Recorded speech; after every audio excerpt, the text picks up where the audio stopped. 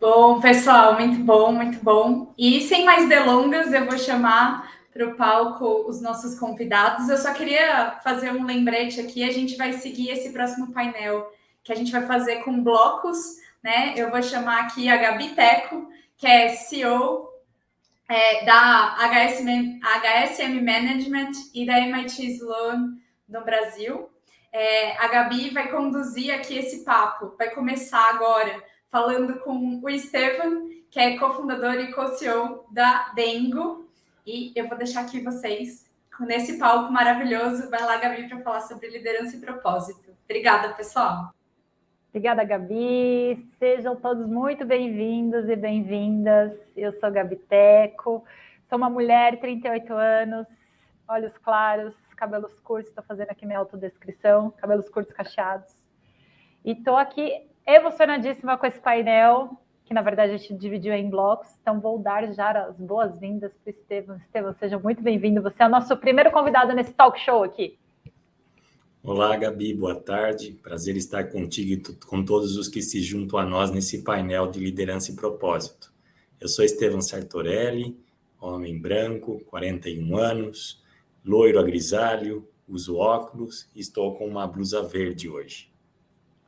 Bom, Estevam, obrigada. Eu vou aproveitar para fazer já um contexto que vai seguir aqui nossos dois próximos convidados. O primeiro é o Estevam e eu tenho a honra aqui de conduzir esse assunto com pessoas e organizações que têm um propósito maior e que mostram que é possível aliar sucesso financeiro com uma visão maior de como as ações impactam a sociedade, o meio ambiente, as gerações futuras.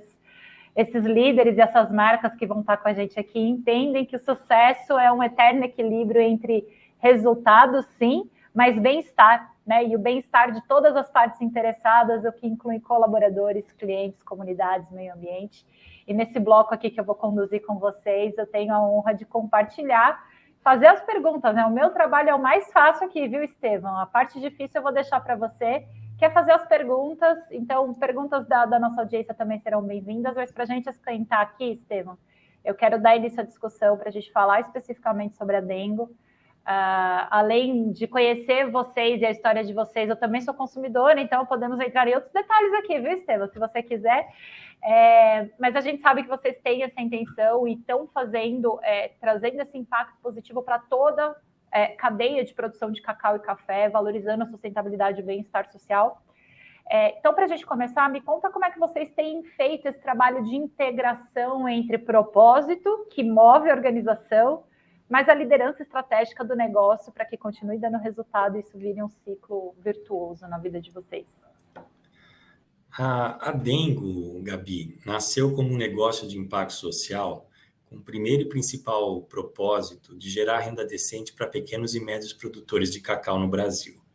Por que isso é importante? Não vou fazer aqui uma masterclass ou passar por muitos detalhes, mas 75% do cacau do mundo vem da África. Marcas internacionais se utilizam em substância deste cacau. E ali na África, um produtor vive com um mísero 0,58 dólares por dia para viver consigo e com sua família. Isso é muito pouco, fazendo com que a gente tenha uma economia de miséria. No Brasil, essa realidade é melhor, mas também longe do ideal. No Brasil, um produtor de cacau, pelo menos metade deles, recebe menos de um salário mínimo para sustentar uma família de 3 a 4 pessoas. E na Dengo, nós acreditamos que seja chocolate, seja comida, seja roupa, seja calçado, seja qualquer outro bem de consumo, não existirá nenhum desses bens de consumo sustentável se nós não endereçarmos renda sustentável e decente para todos os envolvidos. Como que a gente procura, então, Gabi, integrar esse principal propósito à liderança do negócio? Primeiro passo, toda a nossa liderança entende o porquê a Dengo existe, sabe o porquê fazemos o que fazemos. Não se trata de caridade, não se trata de responsabilidade socioambiental satélite. Isso está no core do negócio. O negócio nasce com essa intencionalidade. Usualmente, digo que o propósito é a nova visão. E ter clareza dos nossos propósitos amplia a nossa visão e permite com maior facilidade nós alinharmos nossas prioridades e metas no negócio. Segundo ponto é que o nosso planejamento estratégico ele visa endereçar os nossos propósitos, compromissos públicos, seja o de renda de produtores, seja de redução do percentual de açúcar, seja a meta de plástico zero, seja a adesão de 100% de sistemas agroflorestais como métodos produtivos, ou seja, o propósito de maior equidade social, igualdade e diversidade no negócio. Um terceiro ponto, Gabi, que nós olhamos, é que nós entendemos que toda a liderança aqui na Dengo, ela é uma disseminadora dos nossos propósitos e da nossa cultura. Isso não é algo que a gente terceiriza para um grupo de pessoas, seja o time de pessoas e cultura ou parte da liderança. Não, todos nós, líderes do negócio, somos advogados desta transição que nós vimos no painel anterior. E ainda, nós temos métricas de mensuração de impacto que acompanhamos anualmente. E tal monitoramento nos permite fazer com que a liderança aqui ajuste e evolua gradualmente. Em resumo, nós acreditamos que sem propósitos não se engajam pessoas, sejam elas líderes ou lideradas. E o inverso é também verdadeiro. Sem uma liderança engajada, nós não endereçaremos os nossos propósitos.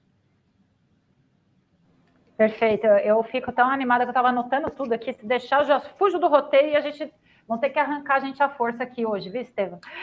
Mas vamos lá. Trazendo... você estruturou bem a sua resposta, né, com os passos todos, o que me leva a uma segunda questão que tem a ver justamente com esse ponto da sustentabilidade, porque a gente sabe que trazer o propósito para o plano estratégico, como você bem destacou, e para o dia a dia da organização, embora a gente tenha falado muito sobre isso, e eu quero acreditar que não só em uma mesma bolha, porque eu vejo cada vez, e conversando com os executivos, cada vez mais, não só o discurso, mas a prática, né, o tal do walk the talk é presente no dia a dia das organizações, mas esse movimento de trazer a sustentabilidade, ele requer uma abordagem diferenciada. Então, eu queria saber, no teu olhar, assim, a partir da tua liderança, como é que você acha que essa liderança influencia positivamente a cultura organizacional da Dengo, conectada com essas práticas de negócios mais sustentáveis, né? Qual que é o papel do líder nesse contexto todo? Legal, Gabi. É interessante quando você fala de abordagem diferenciada, porque na Dengo a gente tem uma máxima que nós dizemos que para fazer a diferença é preciso fazer diferente. E aí mora o grande desafio que as organizações têm do Don't Walk the Talk. E sabemos, né, Gabi, que todos, antes de nós sermos líderes, CEOs, C-levels ou não, liderados, todos nós somos seres humanos e temos pontos fortes e pontos a desenvolver. Todos nós influenciamos e somos influenciados. Uma atitude que acredito que contribui no meu modelo, no meu estilo de liderança, eu procuro, na maior parte das vezes, ser empático, acessível e gentil. Isso me faz bem, acima de tudo. Meus pais me ensinaram isso. E não é que faço isso porque aqueles até que suprimem essa perspectiva, às vezes pode atribuir isso uma atitude, às vezes, de politicagem ou de diplomacia. Não é sobre essa ótica. É sobre autenticidade. Isto é parte de mim. Aprendi e cresci assim. E acredito que essa atitude mais compassiva, ela inclusive influencia no jeito de Dengo de atender, na cultura organizacional que temos, na realidade ou na experiência que nós temos em loja. E, na real, representar uma marca que significa afeto, cuidado e carinho, com o nome que levamos como Dengo, a gente não poderia esperar menos, você não concorda? Eu concordo demais. Talvez, Estevam, não conta para ninguém, acho que não tem ninguém nos assistindo aqui, eu acho que eu sou um pouco suspeita, justamente porque a gente sente esse calor, inclusive quando a gente frequenta o ponto de venda de vocês, mas que eu também acho que é um ponto de contato ali da marca, onde a gente precisa sentir esse walk the talk, né? Se o que vocês estão dizendo é o que de fato está sendo praticado, e as experiências que eu tive até hoje são realmente muito positivas. Você sabe, Gabi, uma outra atitude até que me faz pensar que isso não é mérito meu, mas eu acredito que isso seja comum a todo líder atual, tá? Para ele ser líder, ele precisa ter coragem e ousadia. Começar do negócio do zero, como a gente fez, requer coragem. Atualmente, eu digo que o C de um C-Level, de um CEO, CEO, ou seja, precisa ser o C da coragem. Não pode ser o C da covardia, não pode ser o C do carreirismo. Para fazer aquela diferença que a gente mencionou ali no começo da conversa, a gente precisa ousar. E a gente não vai ousar se a gente não tiver coragem. E coragem não é ausência do medo. Temos os medos, mas é enfrentamento do medo. É seguir adiante com a convicção dos nossos propósitos, apesar das mil diversidades que sabemos que vamos enfrentar. Perfeito.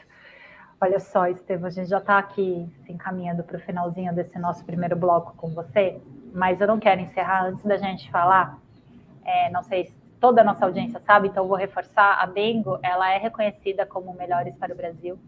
Inclusive, um evento que a gente até teve a oportunidade de realizar junto com Humanizadas, como a HCM Management esse ano, e foi muito especial para a gente, onde a gente trouxe lá as empresas que estão reconhecidas e destacadas nesse trabalho aí tão legal que a Humanizadas vem fazendo. E aí vocês tiveram esse destaque nas relações com parceiros e clientes. Na sua visão, quais ações, quais práticas que vocês implementaram e que conseguem sustentar até hoje, que refletem nesse conhecimento?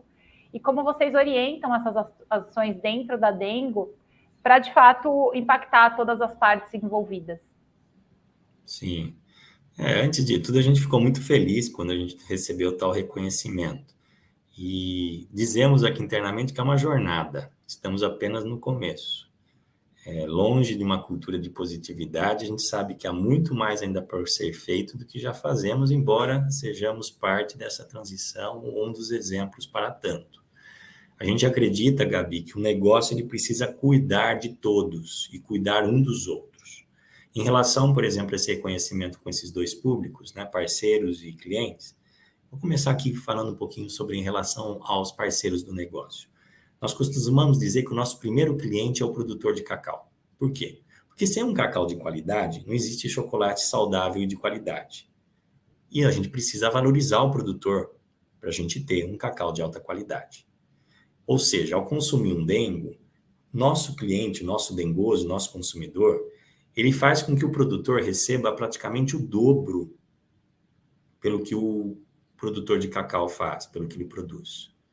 E sem pagar o dobro por isso. É um repensar de lógica de mercado, de reintegração, de reengenharia, de estrutura, de verticalização, para que se possa fazer diferença. Então, no que tange aos nossos produtores, a gente trata eles como os nossos primeiros clientes. Porque senão o nosso principal cliente, que é o cliente final, ele não vai receber algo de maior valor. Já em relação aos clientes de fato, o que a gente procura fazer, a gente procura inspirá-los por oferecer misturas irresistíveis, ousadas. O Brasil não inventou chocolate de qualidade, mas ninguém teve a ousadia até então de fazer misturas descabidas e despropositadas, de combinar uma banana, um cupuaçu, como fizemos na Dengo há 7 anos. Isto combinando sabor com saúde, porque nós sabemos que o chocolate precisa deixar de ser docinho e muito açúcar para ser chocolate de verdade. Isso requer que, além de produzirmos um chocolate de alta qualidade, a gente inspire esses clientes por meio de experiência. E a gente sabe o quanto que a palavra é um pouco oca hoje no varejo brasileiro e no mundo. E o que a gente acredita que é uma experiência soberana ou superior para o cliente? É que ele seja tratado como pessoa, não como bolso. Nós entendemos o nosso cliente como um amigo. A gente quer que ele se torne um amigo dos nossos especialistas, para que eles voltem e tragam seus amigos. Mas isso dificilmente você vai fazer com que tenha um atendimento superior sem antes você valorizar o seu colaborador, a sua colaboradora. O resultado do Customer Experience, ele é fruto do Employee Experience. Os clientes engajados que amam a marca, além do chocolate, porque é comum as pessoas amarem chocolate, mas amar uma marca de chocolate não é algo tão trivial e é algo que nós felizmente conseguimos. Dá trabalho, muito trabalho, mas tudo começa por engajamento.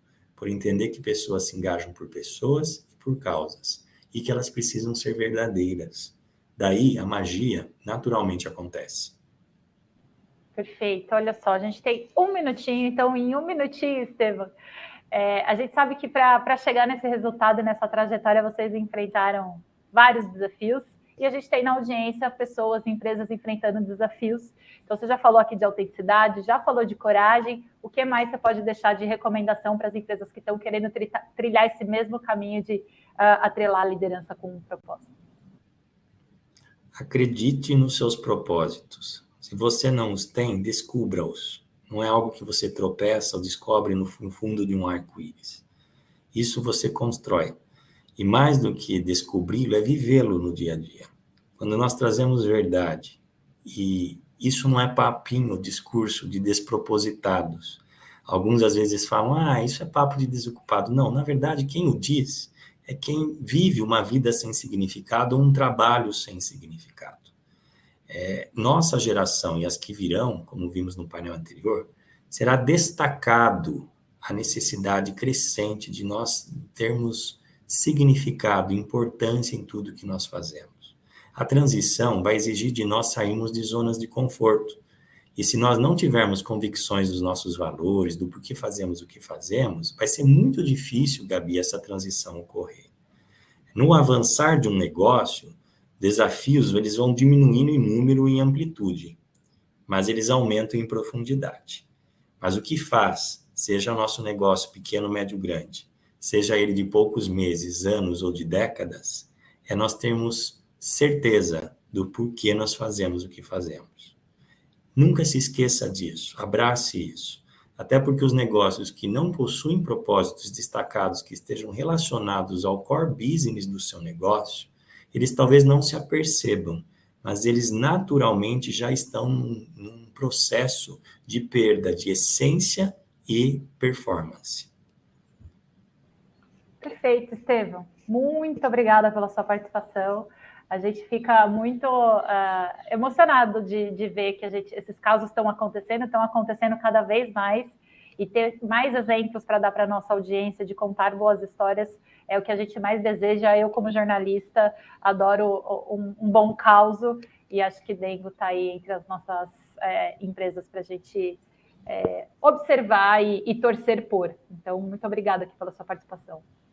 Eu que agradeço, Gabi. Um ótimo painel com os demais aí. Vontade de ouvi-los e aprender também. Obrigada, Estevam. Olha só, agora eu vou chamar aqui a nossa segunda convidada para o nosso palco virtual. Ela que é presidente executiva do Grupo Sabin. Por favor, junte-se a nós, doutora Lídia Abdala. Olá. Tudo bem, Lídia? Tudo bem, Gabi? Boa tarde. Boa tarde. Se você puder, Lídia, se autodescrever aí para a nossa audiência, a gente começa por aí. Sim, ótimo. Bem, em primeiro lugar, obrigada pelo convite, Humanizadas, um grande prazer estar aqui participando deste evento hoje. Eu sou uma mulher branca, loira, de 49 anos, estou usando um batom vinho e com uma blusa vermelha. Boa, Lídia. Olha só, o Grupo Sabin Medicina Diagnóstica é conhecido e reconhecido pela sua cultura centrada nas pessoas e pela busca da sustentabilidade, como os cases que a gente selecionou para esse bloco aqui, né? Como é que no seu dia a dia, como é que você garante que o propósito da empresa seja de fato vivenciado por todos os colaboradores no dia a dia, porque é um dia a dia também bastante movimentado no seu setor, e como isso influencia a maneira como vocês conduzem o negócio de vocês? Bem, o nosso negócio é saúde, né? Somos uma empresa de medicina diagnóstica, medicina preventiva, e dizemos sempre que, como profissionais de saúde, trabalhadores de saúde, o propósito ele é o que nos move. Lidamos com o que o ser humano tem de mais nobre, né? Com o que nós temos de maior valor, que é a saúde. Mas também somos humanos, né? E como pessoas, né, como profissionais, também temos as nossas expectativas, fragilidades. Então, quando a gente fala de propósito, é muito importante que o propósito das nossas pessoas estejam totalmente alinhados ao propósito da organização. E é isso que nós trabalhamos, né? Em cima disso e com este foco. E aí parece que é uma frase escrita, assim, né? Para falar aqui para vocês nesse painel, né? Ou para uma divulgação em uma palestra, em uma entrevista, né? Mas não é. Nós trabalhamos nisso continuamente desde o nosso processo seletivo, né? O pilar nosso de atração e seleção das pessoas que vêm fazer parte do grupo já tem isso como pilar principal. Claro que temos, né, inúmeros diferentes cargos profissionais, cargos que exigem profissionais altamente especializados, PhDs, né, com alta formação técnica, mas o principal para a gente é aquilo que ele traz, aquilo que o profissional traz para a empresa, nos seus valores, nos seus princípios, na sua forma de enxergar o mundo, as suas vivências, além, claro, da formação técnica. E o que nós acreditamos é que quando nós acertamos nas pessoas que vêm para o grupo, quando nós selecionamos essas pessoas que têm a visão, propósito, esse alinhamento de valores com a empresa, a partir daí eu consigo sim desdobrar isso para toda a organização. E aí a gente tem um modelo de gestão de pessoas, né, que é o nosso modelo de gestão, na realidade, né? Nós dizemos gestão de pessoas quando a gente detalha dentro da área de RH e de gestão de pessoas, mas o nosso modelo de negócio, ele é centrado nas pessoas, né? Os nossos clientes, todos os nossos stakeholders, entre eles os nossos colaboradores. Então, o que nós temos como pilar principal de modelo de gestão é o equilíbrio, sempre o equilíbrio entre os objetivos estratégicos do negócio, sim, metas, indicadores, metas ousadas, crescimento, lucro, mas isso equilibrado, né? Equilibrado com a expectativa das pessoas, com os seus sonhos, com as suas necessidades, com o seu bem-estar. Aí, quando eu falo de pessoas, de novo, dos nossos colaboradores e também o respeito com a comunidade, com o nosso cliente e com a sociedade, né? E com o planeta, porque nós não seremos pessoas, né, felizes e pessoas que vivem bem se não tivermos essa preocupação também com o ambiental. Então, a nossa estratégia com pessoas, ela perspassa todos esses pilares. E é isso que garante, né, esse alinhamento de propósito, que é o que nós vivenciamos todos os dias dentro da organização. Aí o nosso modelo de gestão de pessoas tem um pilar de desenvolver, nós estimulamos muito o desenvolvimento, a capacitação, o crescimento de carreira, né, das pessoas. Eu entrei no SEIB esse mês de agosto, fez 24 anos que eu estou no SEIB, fiz minha carreira, né, praticamente toda dentro do SEIB, entrei como trainee em 1999. E algumas pessoas perguntam, né? É ruim você ter feito uma carreira toda dentro da mesma empresa? Eu digo que se a empresa fosse a mesma, e eu também, talvez fosse chato, né, monótono, mas uma empresa que cresce, uma empresa que se transforma, uma empresa que valoriza a história das pessoas, estimula, né, esse crescimento de carreira. Eu estou dando o meu exemplo, mas como o meu, tem inúmeros outros dentro do SEIB. Mais de 95% dos líderes no SEIB são desenvolvidos dentro de casa. Então, quando você de fato enxerga que aqui eu posso investir na minha carreira, buscar conhecimento, me qualificar, que quando tiver uma oportunidade de crescimento, eu terei a oportunidade de fato alcançar, isso é crescimento profissional. E as pessoas olham e veem que isso é verdadeiro, né? Porque quando a gente fala de propósito, acho que o principal é isso, né, Gabi? Tem que ser genuíno, tem que ser verdadeiro. Então, no SEIB, as pessoas olham e falam, sim, é possível, a presidente entrou como trainee e hoje é presidente do grupo. Né? Temos vários diretores, gerentes, né? Vários níveis de liderança que fizeram sua carreira dentro do SEIB. Então, o principal que eu acho, né, de propósito, quando a gente fala de alinhamento de propósito entre as pessoas e a organização, é ser verdadeiro. Né? Acho que ser genuíno, ser verdadeiro, cumprir os combinados, né? Tudo que a gente combina tem que ser cumprido, relações de transparência, de confiança. É assim que a gente garante que esse propósito ele também seja revigorado, né, todos os dias e haja uma conexão verdadeira entre os nossos colaboradores e a empresa. Lídia, a nossa audiência pode achar que a gente combinou o jogo aqui, não, mas a gente não combinou, tá? Que existe realmente esse alinhamento entre os porta-vozes do nosso bloco, porque esse tema, ele tem elementos que se conectam, né? E quando a gente faz uma pergunta sobre estratégia e a Lídia fala sobre as pessoas, é porque no final do dia, né, Lídia, a estratégia, quem está operando são as pessoas. Se vocês não conduzirem isso com autenticidade, com com verdade, fica muito difícil disso tudo fazer sentido. Mas eu queria entrar num ponto aqui, porque esses talk shows passam muito rápido, gente, que é falar sobre desafios, Lídia. Por quê? Porque quem vê a história de vocês, muitas vezes a gente até é um cacuete um pouco da gente como jornalista, né, de destacar cases de sucesso, né, o próprio nome, né, casos de sucesso. E aí a gente está falando muitas vezes de um pequeno momento da organização, esquecendo que existiu uma trajetória para se chegar onde vocês estão hoje, né? Aquela máxima que dizem que quem vê palco não vê bastidor. O que eu quero saber é o bastidor, Lídia. Quais foram os desafios que vocês enfrentaram nessa trajetória, justamente para a gente ajudar a nossa audiência que está desejando fazer este mesmo caminho, fala, epa, aqui a gente vai ter um desafio um pouco maior. Conta para a gente esse bastidor dos desafios para se chegar neste momento de maturidade, de alinhamento de propósito. Bem, como você disse, né? Essa pergunta ela é difícil, porque a gente falar o que deu certo, né? A gente fala aqui em 10, 15, 20 minutos. Para falar dos desafios e do que deu errado e como fizemos, precisaria de uns 2 dias, né? Mas vamos lá, eu acho que assim, a gente teve inúmeros desafios ao longo dessa jornada, né? E se eu puder resumir em uma frase, o que foi fundamental?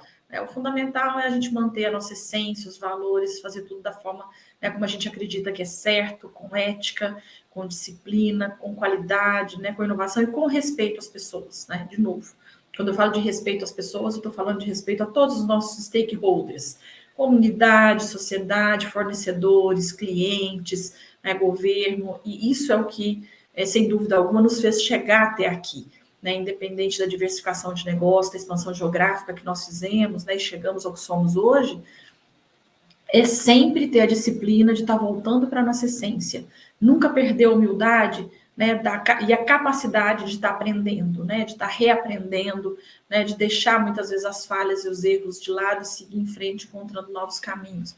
Mas nós tivemos muitos momentos que foram desafiadores, né, e que nos trouxeram várias reflexões. Quando nós fomos, por exemplo, implementar a nossa gestão ambiental, né, no Sabin, e nós fomos uma das primeiras empresas de saúde no Brasil a ter o selo de gestão ambiental, a ISO 14001, mas quando nós começamos a falar de gestão ambiental na saúde, nós não tínhamos exemplo, nós não tínhamos referência. E onde que nós vamos buscar? Vamos reciclar material, isso é gestão ambiental? Não, mas é só isso? Não, a gente tem que cuidar de economizar água, luz, mas espera aí, a gente precisa de energia, de água, para o processamento dos nossos exames, isso é crítico para o nosso negócio, de repente a gente vai estar comprometendo a qualidade. Então, aquele momento foi um momento de grande desafio, que nós tivemos que fazer, que aprender, né? Aprender, buscar exemplos, buscar benchmarking, né? E construir um modelo que se adaptasse ao nosso negócio, pegar referências que na época nós pegamos da indústria, de outros segmentos, de outras empresas, e adaptar ao nosso negócio. Isso foi, né, um grande aprendizado. E se eu puder citar um outro, o nosso modelo de expansão geográfica, né? Quando nós saímos de Brasília ali em 2012, iniciamos o nosso projeto de crescimento geográfico para as demais regiões do país, aí sim, né, crescer num Brasil que é um país heterogêneo, um país muito diverso, infraestrutura do setor de saúde, né, muito diferente nas diferentes regiões do país, nível de qualificação, de profissionalização de mão de obra em todas as regiões. Nós escolhemos iniciar o nosso projeto de expansão geográfica para a região norte, Belém, Manaus, né, depois veio Boa Vista, Tocantins e Palmas. Hoje nós somos marca líder, né, de medicina diagnóstica em Palmas, no estado de Tocantins, em Manaus, no Amazonas, em Boa Vista, em Roraima. Aí na época todo mundo falava assim para a gente, mas nossa, vocês vão expandir para a região norte, lá é muito difícil, lá não tem mão de obra, né, logística, é tudo mais caro. E ali foi um grande aprendizado para a gente de quando você fala de que é um dos nossos objetivos estratégicos, né? Levar acesso, levar medicina, assistência de qualidade para as diferentes regiões do Brasil. Nós temos ali também uma população grande que abraçou e que recebe, que precisa, né, de saúde de qualidade. Então, mais uma vez, foi encontrando formas, né, de como executar esse nosso planejamento estratégico em regiões muito diferentes de uma da outra. Aí veio a criação, por exemplo, da nossa universidade corporativa. Nós temos uma universidade corporativa que capacita, treina 100% das nossas equipes continuamente. Aí nas diferentes regiões, conforme as diferentes demandas. Mas hoje não temos, né? Temos desafios, dificuldades, claro, né? Mas em todas as regiões nós já temos um modelo de desenvolvimento, de capacitação, né? de preparação das nossas equipes, líderes, para as necessidades de cada região. Perfeito, Lídia. Aqui nesse bloco a gente tem só um minutinho final e depois, se der tempo, eu te chamo para a gente continuar esse bate-papo num painel. Eu queria só que você deixasse uma mensagem final para a nossa audiência, que está enfrentando desafios, porque esse caminho, embora ele seja muito bonito, ele é não trivial, né? Mas fácil a fazer do jeito que todo mundo sempre fez, que não necessariamente é o jeito correto, que é o que vocês mostram com o case de vocês, que dá para fazer e trazer equilíbrio entre resultado com propósito. Então, deixa uma mensagem final aí para a nossa audiência que está enfrentando desafios. Bem, eu acho que nós, como líderes, né, ou mesmo como profissionais, frente às organizações, temos que ter sempre determinação, resiliência, e a resiliência no sentido de encontrar novos caminhos, buscar novas oportunidades quando necessário, não no sentido de acomodação, mas acho que o mundo nunca falou tanto, né, da vulnerabilidade da liderança, né, de que somos seres humanos, somos profissionais, mas somos humanos, então também, né, somos frágeis. Então, acho que a gente não ficar achando que a gente tem que ser perfeito o tempo todo, né, e que a gente tem que dar conta de tudo o tempo todo.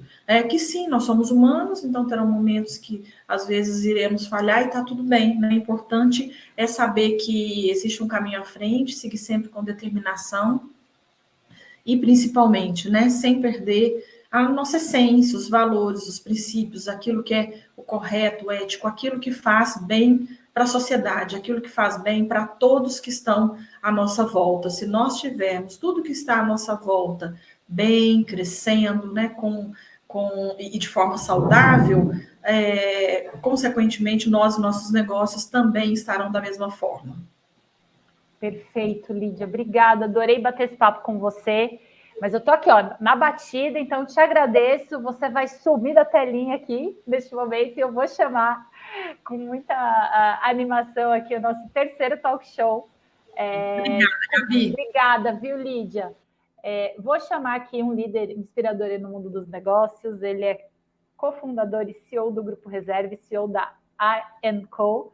Chega mais, Rony Meisler. Olá, tudo bem? Aí, Rony? E aí, Rony, Gabi? Eu nunca te entrevistei, Rony, mas eu tenho a sensação que a gente já se conhece. É uma coisa doida. Ah, que coisa maravilhosa, cara. Que coisa boa poder estar aqui hoje com você pela primeira vez. E, novamente, né, aqui com as Humanizadas, que para mim é a minha Bíblia, né? É a minha religião, porque eu entendi que eu tinha uma religião nos negócios quando eu descobri da pesquisa, lá atrás, ao ler o Capitalismo Consciente, e descobri que tinha um monte de maluco que nem eu, e com o HSM, né? Um parceiro de longa data, já estive em vários eventos com vocês, e é uma honra. Teve na nossa capa, que eu sei, temos capa. Já tive. Tá aqui no nosso radar também como personagem. Então, super obrigada aí pelo seu tempo. A gente está aqui, ó, na batida, já falamos com o Estevão, falamos com a Lídia agora. E a gente quer agora conversar sobre essa sua jornada, né? De ter transformado um processo ali de uma venda de bermuda de praia em uma das marcas de moda mais influentes do Brasil, mas mais importante do que foi como você enfrentou e desenvolveu essa sua trajetória junto com todo o time.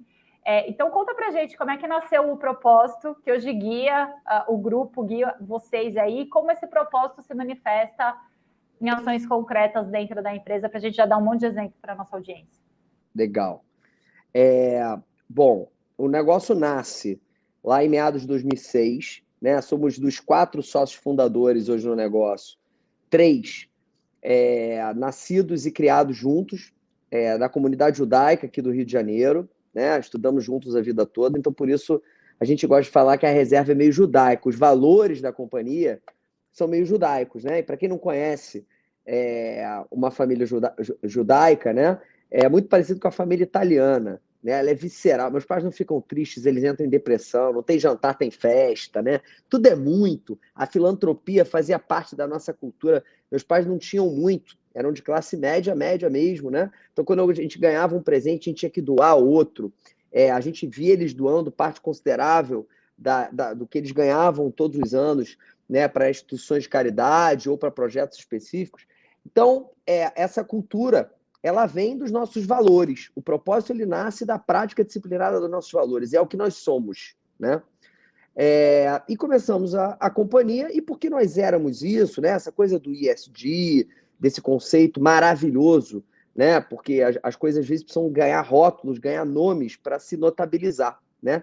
E é o caso aqui.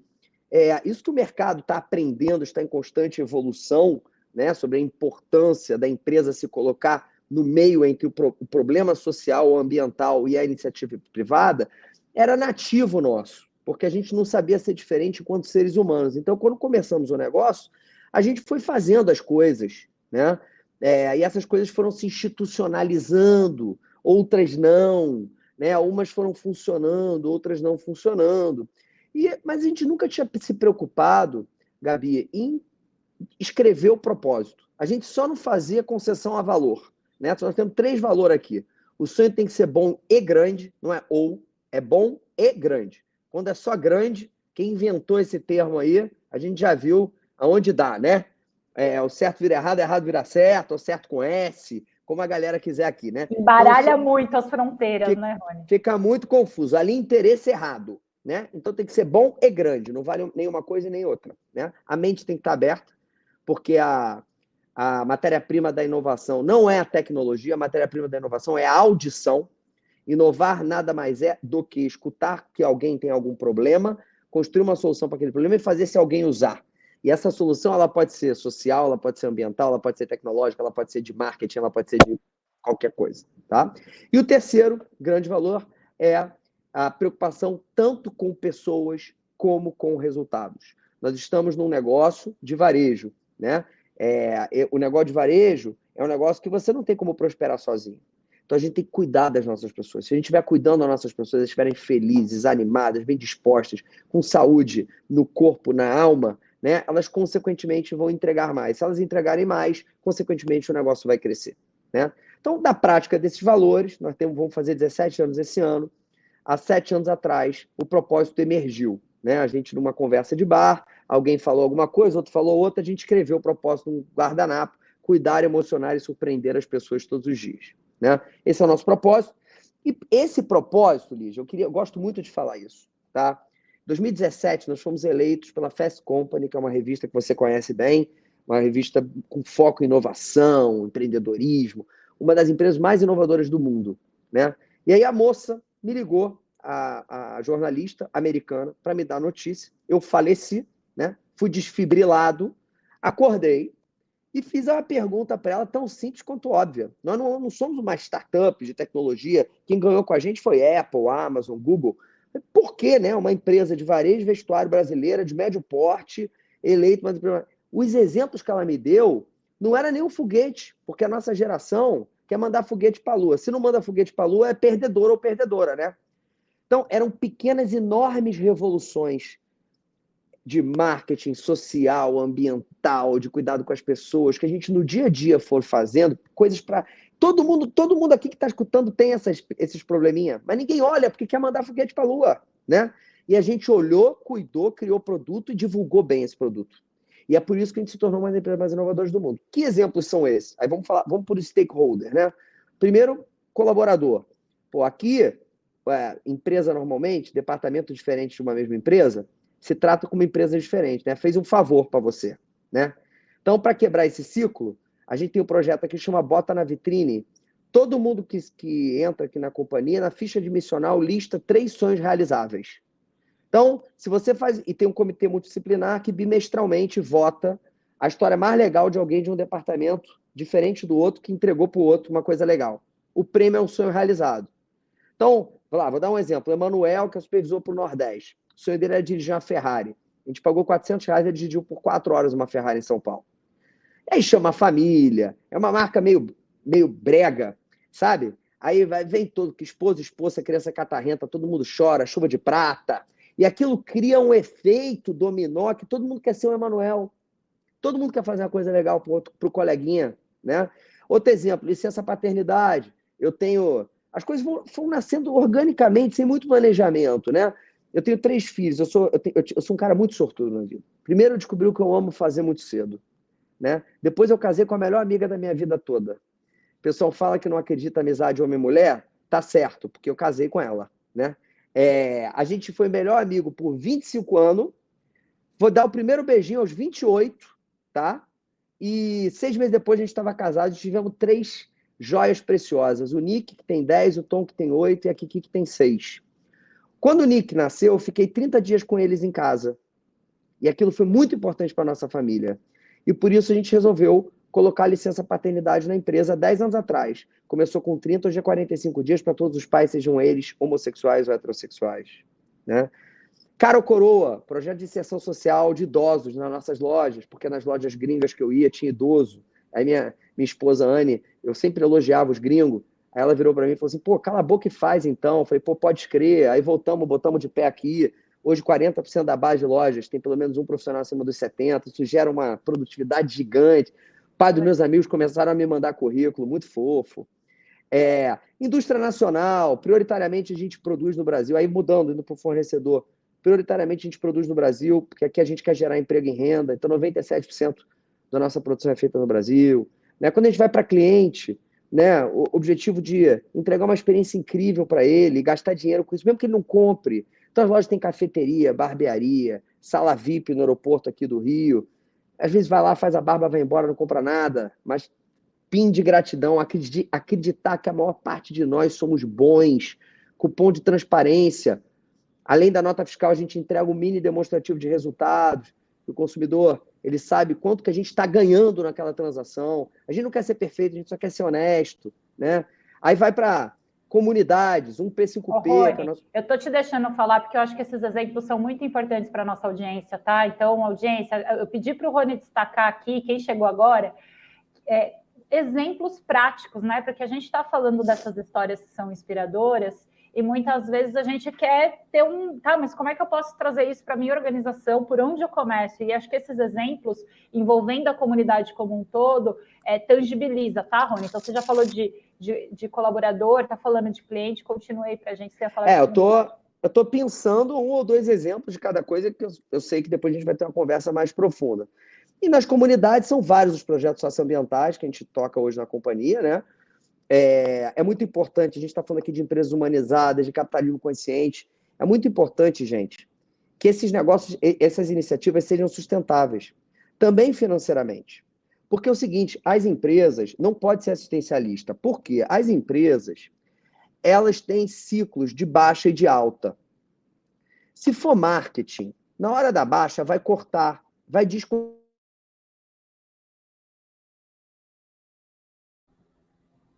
Pessoal, eu tô aqui, Igor parou, então acho que é porque deu um problema lá na internet do Rony, né? Vocês estão aqui? Estão me vendo? Voltou. Agora voltou, Rony. Ficamos um segundo sem você, mas você voltou para a gente. Você ia dar exemplo do budget de marketing que na crise é cortado. Não tem que ser... O mindset de fazer o bem, de iniciativas socioambientais, eles têm que para mim é inovação pura, né? Inovação pura. Ele tem que fazer parte da companhia, tem que girar a máquina da empresa, né? Porque senão, primeira queda da empresa cai, né? Aquela iniciativa.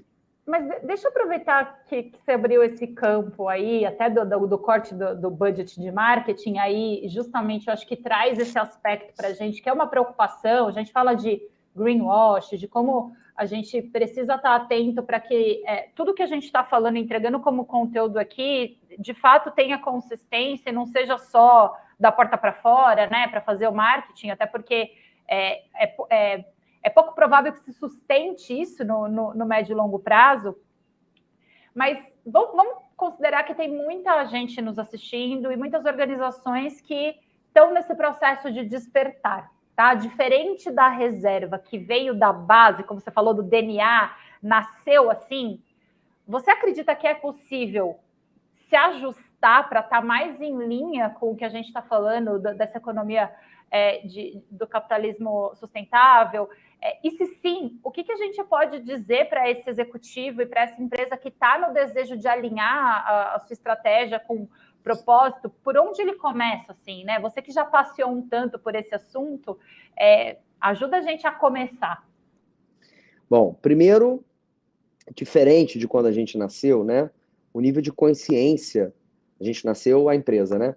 O nível de consciência, e boa parte das pessoas que estão aqui também, né, as empresas delas, o nível de consciência do consumidor e da consumidora era muito menor, né?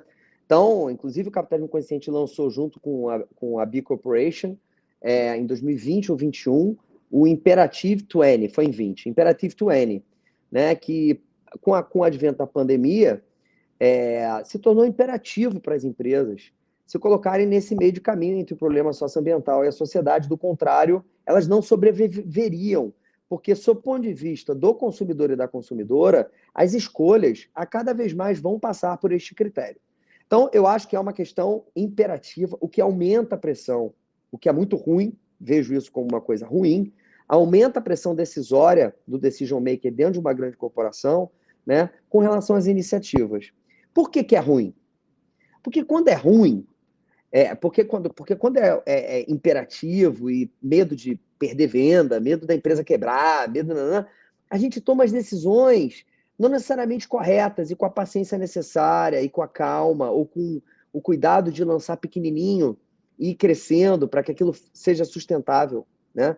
Então, eu queria primeiro propor aqui todos que estão aqui nos ouvindo que fechem um pouquinho os olhos e os ouvidos para essa pressão, né? Porque tudo que é feito por medo é pulo de galinha, né? Então é voo de galinha. Então a gente tem que ser movido pelo coração. A gente convive dentro de uma sociedade, a gente convive com clientes, a gente convive com os fornecedores, a gente convive com os colaboradores, a gente convive. Tenho certeza absoluta que todos que estão nos ouvindo aqui, Gabi, já tem em mente algum projeto que está aqui, ó, do nosso ladinho. Talvez esse projeto ele não seja transformacional para a empresa e que ela vai poder dar uma nota no valor econômico, mas é um projetinho que está aqui no nosso ladinho, que todo mundo tem vontade de fazer, que aquilo vai dar um orgulho danado para as pessoas que estão na empresa de participar. É nesse projetinho que tem que fazer. Porque é o seguinte, se for uma coisa megalômana, normalmente as empresas são ver para crer e não crer para ver. Se for megalômana, vai ter que ter planejamento, vai entrar na iniciativa do planejamento estratégico do ano que vem, aí vai para o comitê, aí vai para o conselho. 7 assinaturas. 450 mil assinaturas, processos. Começa uma iniciativa pequenininha. Vocês vão ver o poder de atração e de transformação dessas coisas pequenas. O que eu falei aqui, se entrar na vida do colaborador, entender quais são os sonhos dele. Pode parecer que isso não é uma iniciativa social ambiental, mas isso é social pra caramba. Isso é uma questão de disponibilidade emocional e não financeira. Existem benefícios que são emocionais e que valem muito mais do que os financeiros, no que diz respeito ao colaborador, né? Então, ou você entrar dentro de uma comunidade que está do lado da sua companhia e fazer um mutirão de distribuição de alimentos, ou fazer um mutirão de limpeza, né, de uma praia, ou de alguma coisas pequenininhas que, assim, com certeza alguma ONG, alguém do terceiro setor já bateu aí, já faz um. Aí rolou, aumenta, continua fazendo. Aí daqui a pouco vai vir outro, faz outro. Então, assim, aquele valor que eu falei, segundo principal valor, mente aberta. A matéria-prima da inovação é a audição. Escutar, sem megalomania e fazer pequenininho. Não vai gastar nada, então não vai precisar de orçamento de ninguém, não vai precisar de aprovação de ninguém, né? E vai começar. E aí eu queria só completar, Gabi, te dizendo o seguinte. Fazer o bem, quando eu comecei, a gente tem um grande projeto social que é de combate à fome, a gente vai falar dele aqui, de distribuição de alimentos, etc. Quando a gente começou esse projeto, a coisa que eu mais escutava, eu procurei as humanizadas na época para me ajudar, foi sessão de terapia. Eu escutava que eu era oportunista, certo? Que eu estava fazendo aquilo para vender mais. Aquilo me doía a alma, Gabi, porque a gente fazia aquilo genuinamente de coração. é uma parte considerável do nosso lucro que a gente gasta para um projeto tão relevante para o nosso país e a gente tinha que escutar aquelas barbaridades na internet. E aí eu fui ouvindo meus amigos, e aí eu cheguei a uma resposta que eu queria terminar a sua pergunta com essa resposta que eu comecei a dar. Sou oportunista do bem. O que o Brasil e o mundo não aguenta mais são os oportunistas do mal, da negociata, da corrupção, da sacanagem. Se a iniciativa privada fizer o bem com o objetivo de vender mais, a gente vai precisar muito menos deles lá de cima, e eles vão precisar batalhar muito mais pelo nosso voto.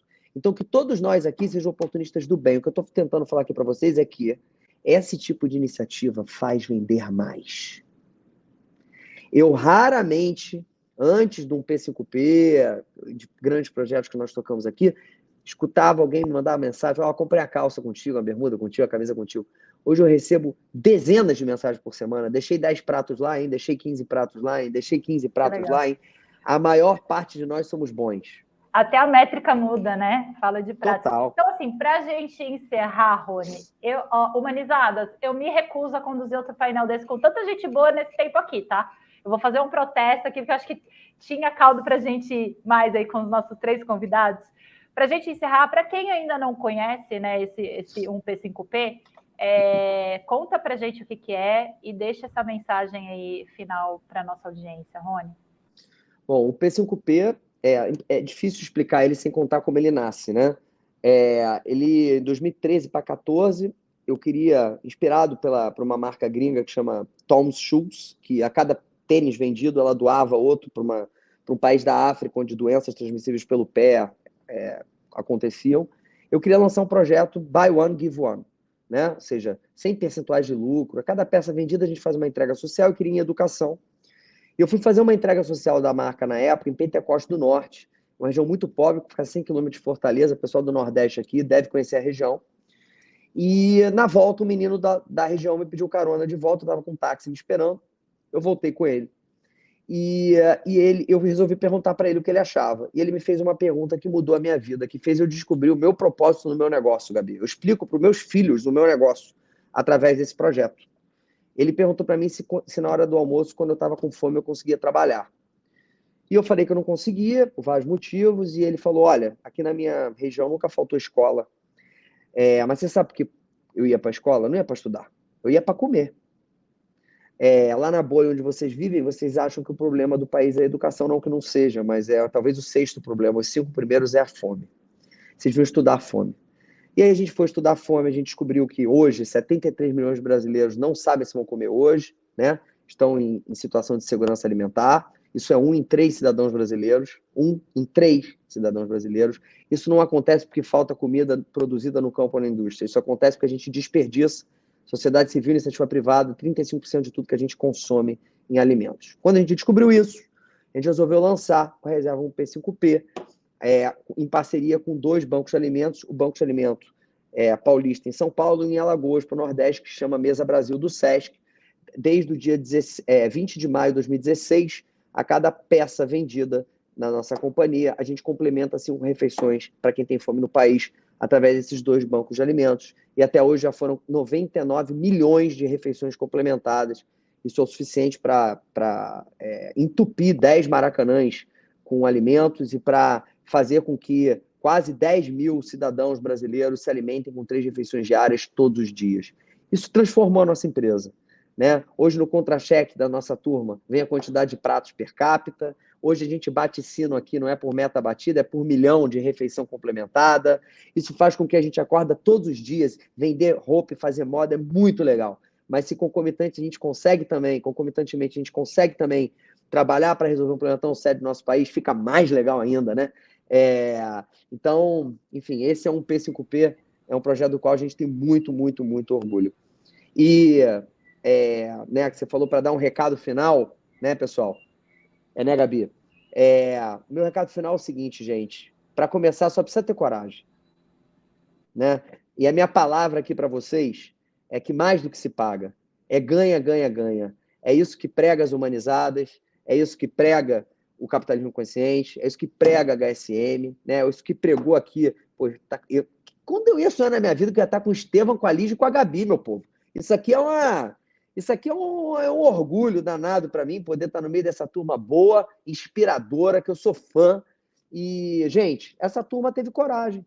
E tá aí, né? Teve coragem de fazer o primeiro. Aí o primeiro puxa o resto, né? Faz uma coisinha pequenininha, né? Depois vocês vão ver que toda a organização vai se arranjar ao redor dessa iniciativa e as maiores virão.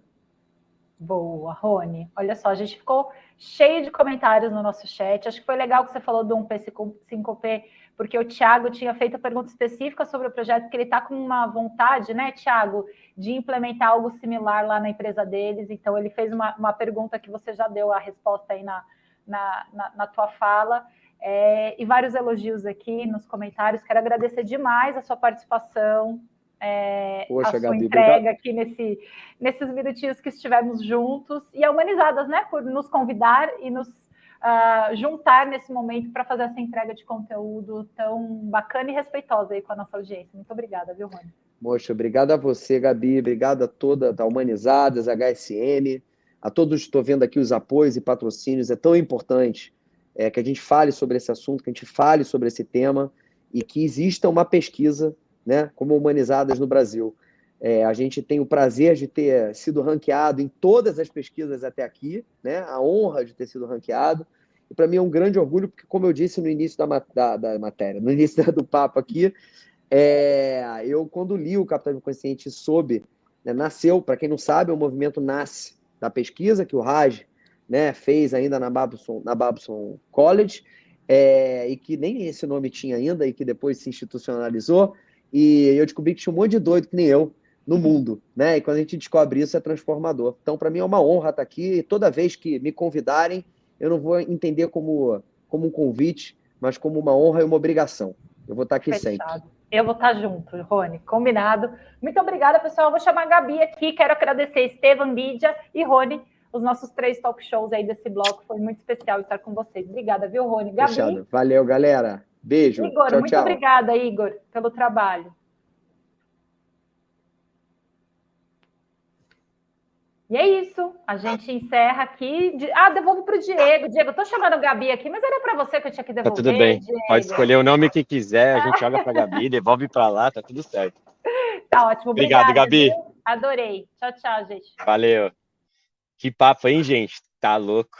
Muita informação, muito conteúdo, muita coisa legal. E, mais uma vez, muito obrigado aos nossos convidados, né, que nos mostraram como é possível guiar os negócios através desse propósito, aliando liderança consciente e estratégica. Né, essas histórias, essas percepções que eles trouxeram para nós, nos lembram do poder que grandes líderes, grandes lideranças e lideranças inspiradas têm de criar essas mudanças significativas em suas organizações.